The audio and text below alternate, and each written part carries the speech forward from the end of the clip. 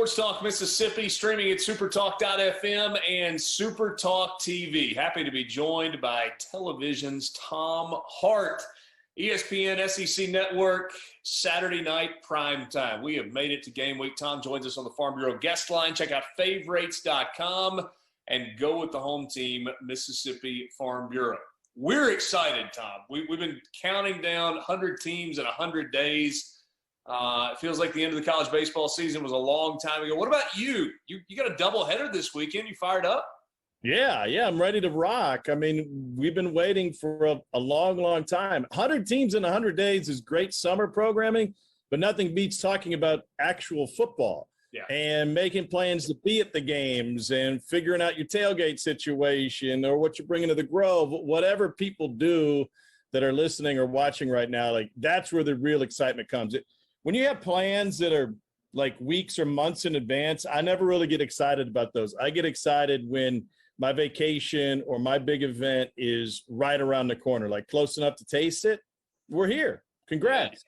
Yeah, we're here. So you had a game in Knoxville a year ago, if I remember correctly. It was quite the game. That's where you're going to start the 2022 season as well with a Tennessee team that is, and to me, Tennessee's fascinating. Like, that's a team that could be second in the East behind Georgia. They could pull off a big upset somewhere along the way, but they're one of those teams, high ceiling, but potentially a low floor as well. Yeah, it's fascinating. By the way, you referenced that Ole Miss game there last year. I don't know if you caught this, but the minor league team that I actually used to work for, the Tennessee Smokies, had a promotion this week. I'm sure you're aware. They had fans come on the field and throw mustard bottles at a Lane Kiffin skeleton with his face on the skull. Everybody had fun. Ole Miss won the game though, so I guess they're getting the last laugh after that whole event. You know what's fascinating about Tennessee? I was thinking about them this week, and I think they can be better. They lost a really close bowl game against Purdue. It's one of the best bowl games of the season last year. The question is, where do they get better? I think defensively they can obviously take some strides and be a better defensive team, get more pressure on the quarterback, be better in the secondary. They got torched a few times. But offensively, man, they were really good. And it's not just the tempo, but Hendon Hooker was wildly efficient. And to replicate that, I think will put Tennessee in a great place. But they don't have a ton of depth at running back unless they really rely on a couple of freshmen that they have coming in who are supposed to be great, don't get me wrong, but that's always a challenge. And they need some receivers who some of them played well towards the end of that year, last year. They really need receivers to step up in a big way. I think they'll do it. I think they'll be a really good team this year and can threaten Georgia and can win a ton of games. But the question is, can they be better across the board offensively? Because they'll probably need to be to reach their goals. I'm sure you are prepared for this for Thursday night, but what was it? Josh Heupel said they wanted to score more points than the baseball team scored runs. And I heard somebody reference maybe it's a good thing that the baseball team had its season come to an end short of Omaha. Yeah, that's a lot of pressure. I mean, they're in a pretty good spot right there with a couple of young coaches who are doing what they're doing. I guess as long as they don't have to face a plucky Notre Dame team as Tony Vitello's squad did in the Supers, they'll be in better shape. Yeah, I don't know that Neyland Stadium is quite the launching pad that Lindsey Nelson is either. So I don't know. We'll see how it shakes out. And then you go to Tuscaloosa. So doubleheader for you this weekend. So we start in Knoxville and then go to Tuscaloosa. You think Alabama's going to be any good? Listen. So I went to Tuscaloosa last week. I was there for practice on Wednesday, and I'll just say this part out loud. Nick Saban and Alabama football are as good as anybody at providing access, and you don't always get that from elite programs. But he was in a good mood. He was laughing. He was smiling with us after practice. I guess I would be too if I had that team.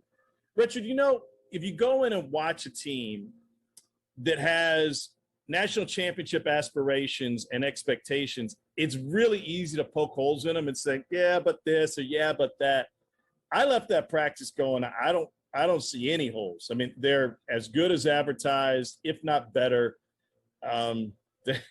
They're really, really, really, really good. And Bryce Young, who won the Heisman last year, looks more comfortable and confident than I ever saw him at any point last year. And that's saying, here's my comp to Bryce Young. And I'm not saying he'll be an NFL MVP, Super Bowl champion, but you notice how loose Patrick Mahomes plays and the confidence with which he plays. And I'm not just talking about making tough passes or the confidence to attempt tough plays. It's the looseness of his gait when he's walking back to the huddle or when he's looking towards the sideline, this confidence level of, I've got this. I've seen it before. I'm good. I saw that at practice from Bryce Young, and I would expect to see it throughout the season too. You know, I really can't imagine. So I'm thinking back, and this was a long time ago, to high school football. And so, like, the arc of your high school career from when you're first on the varsity team as a sophomore and you're like, I mean, JV football felt big, and now this is like a whole new world. And then you get into your junior year, you know, maybe you're playing, maybe you're starting at that point, but you kind of feel like you belong. And then as a senior, you're like, this is my team. And I know what I'm supposed to do, and I know our offense. It feels like with Bryce Young, it's like that times a million because, oh, by the way, did you see this trophy? But it's not just because, I mean, I feel like a lot of quarterbacks would feel comfortable behind that offensive line. You're like, yeah, I got nothing to be worried about. I'm never going to get my jersey dirty. But it seems like maybe it's more than that. Yeah, I think it is more than that. And I don't know exactly how to put it into words. I know he's got a really good running game. I mean, he's got a guy back there who gives him a lot of confidence. In fact, we're joking with Saban about it after practice. And he said, I don't need my guy turning his back to the line of scrimmage a ton. I don't need my guy, you know, throwing a ton at first and second. Obviously, third down, you're going to have to throw it. But his point was we've got to keep him out of harm's way. And the easiest way to do that is to turn and hand the ball off and not to hold the ball in the pocket, not to try and make plays, not to be the only guy who can make plays on that offense. But they got Jahmyr Gibbs, and he can turn and hand the ball off. And as good as I think Bama's going to be defensively, what I saw from him in practice is he doesn't get bottled up very often. Even they run a stretch play and it looks like he's running out of room to the sideline and there's three dudes in front of him, he seems to find a hole. And that's a kind of dependable running back that will give Bryce Young even more confidence to to do what he can do. You know, we've been talking about the games that you're doing this weekend. Tennessee Ball State Thursday night. You've got Alabama on Saturday night against Utah State.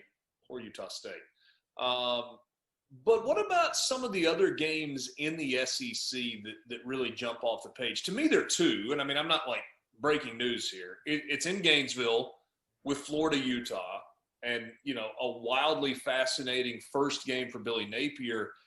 And then, to me, the other one's in Fayetteville. And there's part of me that's like, Luke Fickell has built a program. Don't sleep on Cincinnati in this game against Arkansas. There's part of me that's like, did you see what Cincinnati lost off that team a year ago? They got no shot.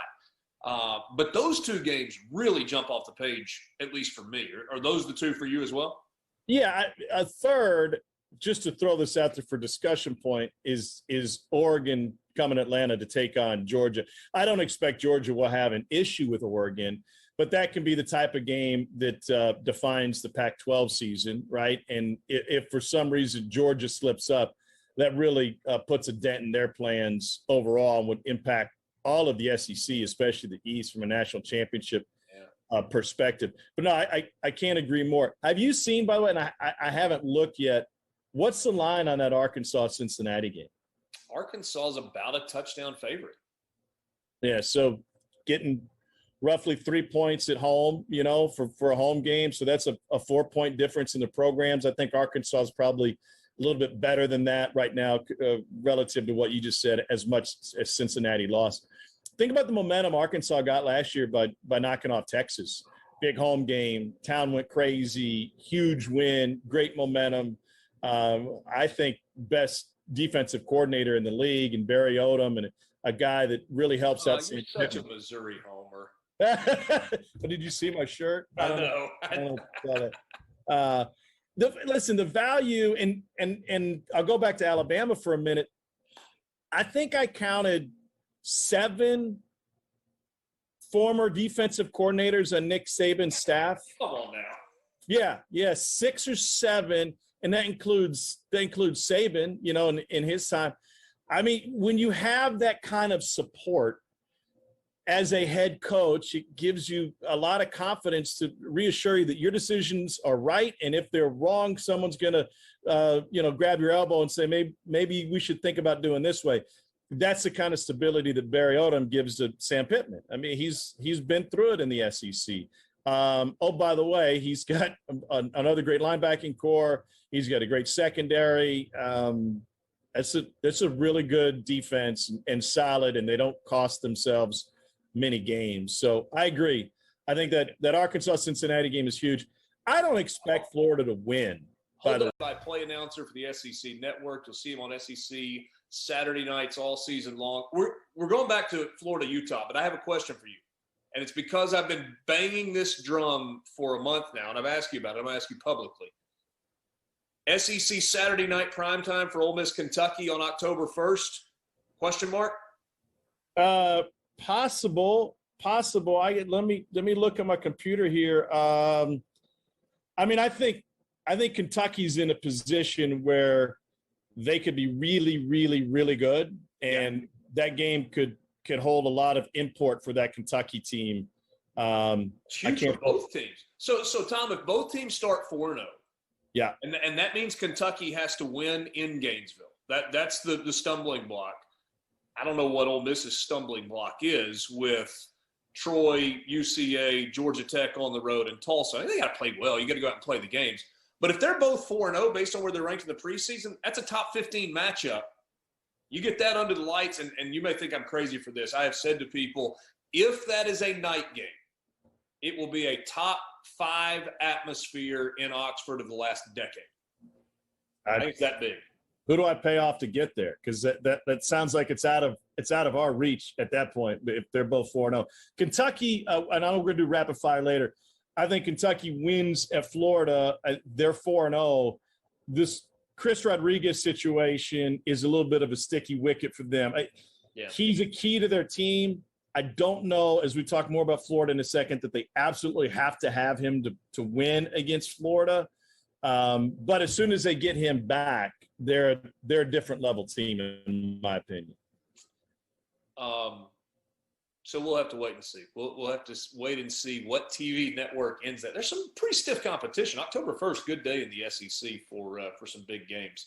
All right, so Florida-Utah. The swamp is going to feel like the swamp, literally and figuratively and atmospherically on Saturday night. It's going to be hot. It's going to be humid. I feel like game one for Napier, I mean, that is a place that at one point was maybe the most difficult in all of college football to play. Kind of feels like it may feel like that Saturday night.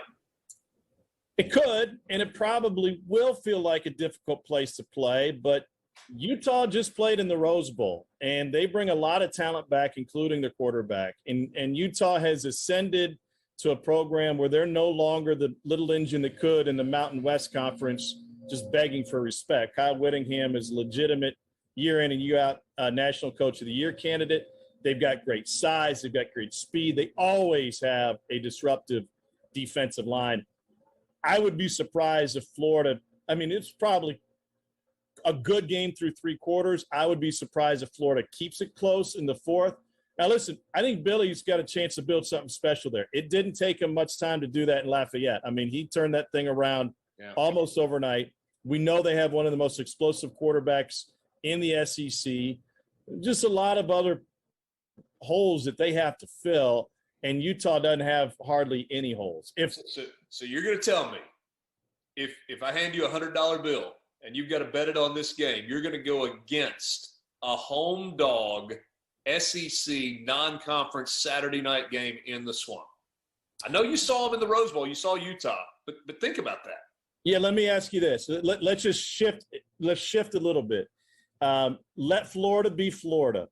But if I told you that the Pac-12 favorite was coming into Gainesville and they were named Oregon or USC, and they were coming off of the Rose Bowl the year before, would you feel different? I feel like there's some Utah bias because they're not a power program year in and year out. Yeah, I'll take your $100 bet. We'll do dinner at City Grocery on it if you want. We'll do Boo Ray. We'll do Taylor Grocery, whatever. You name it. Hold on. Big Bad Breakfast?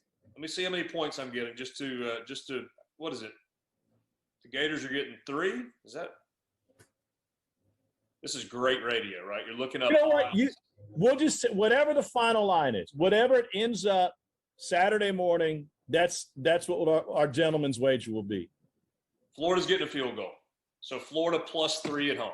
That's fair enough. Yeah, that smells to me like a 11-point Utah win, give or take, like a comfortable fourth quarter. Okay, that's by the way, that was a hypothetical $100 bill. I don't know how that turned into a bet, but here we go. It's all good. It's all good. Hey, worst case scenario, we get dinner together down the road. Like that's fine. Yeah, I'm all good with that. Mississippi State lost to Memphis in the opener. I don't see it happening again this year. I just don't. I mean, I feel like Will Rogers is a little undervalued. Why are people sleeping on Mississippi State, this Mississippi State team? I think it's got a lot to do with Will Rogers' performance being downgraded based on the system that he's in. And that is 100.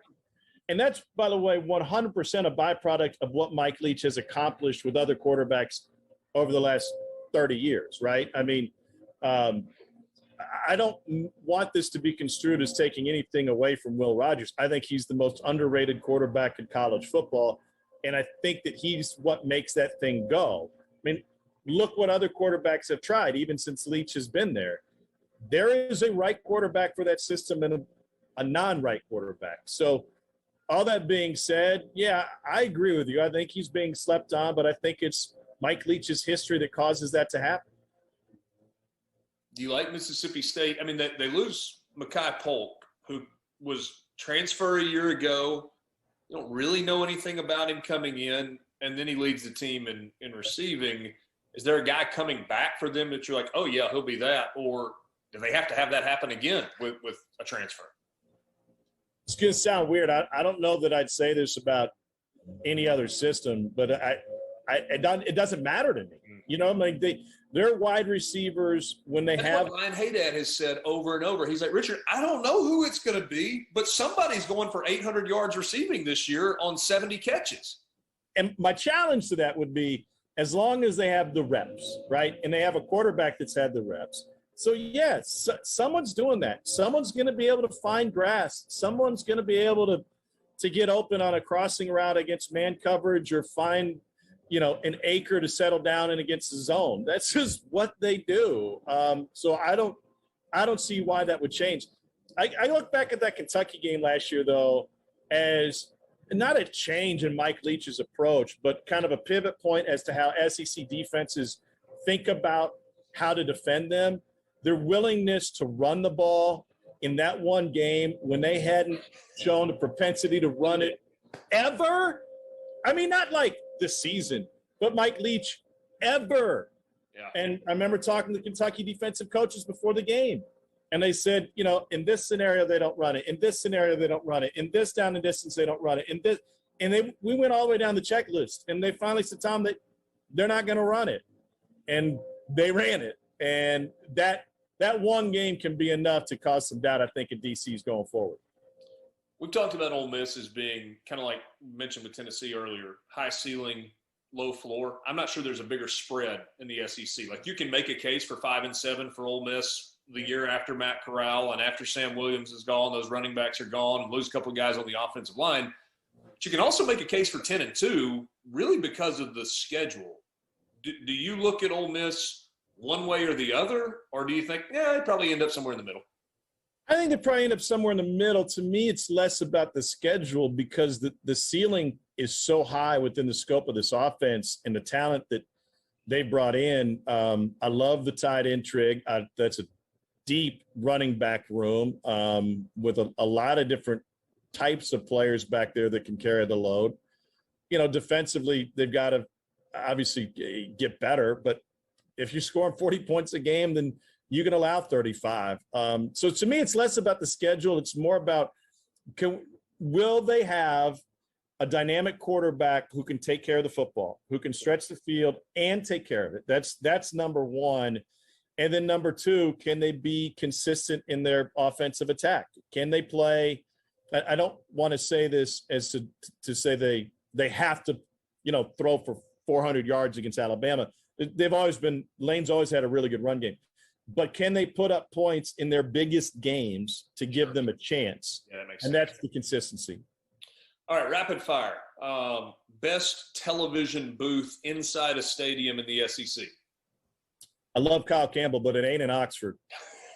So you know what? Once upon a time it was, but when they tried to turn that box into one big box into two, it was dead. That certainly messed it up. We still got. Oh, I lost you for a second. So best TV booth. Well, I was just going to say they cut it down and then. Oh no, I froze. You got me? I got you now. We're good. Okay. They cut it down, and before I could get upset, I looked down to the booth we used to be in, and Archie was in there, so I wasn't going to complain too loudly. The best TV booth, Kentucky's got an NFL booth. I mean, it's big, it's comfortable, it's nice. Alabama's got a nice new one. Tennessee's always been a favorite of mine. It's a great location. You can see everything. You can see ketchup bottles coming out of the field, mustard bottles coming out of the from that box. yeah, you can see it all. Last one. I don't a lot of bad ones. Best restaurant in the SEC. You got to get one meal. Where are you picking? Oh, I'm going to make a lot of people mad. You know me, I'm a red meat guy, and my favorite from the food itself to the atmosphere to the service is the Republic Steakhouse in College Station, Texas. It's the only steakhouse. I had a late basketball game there one time.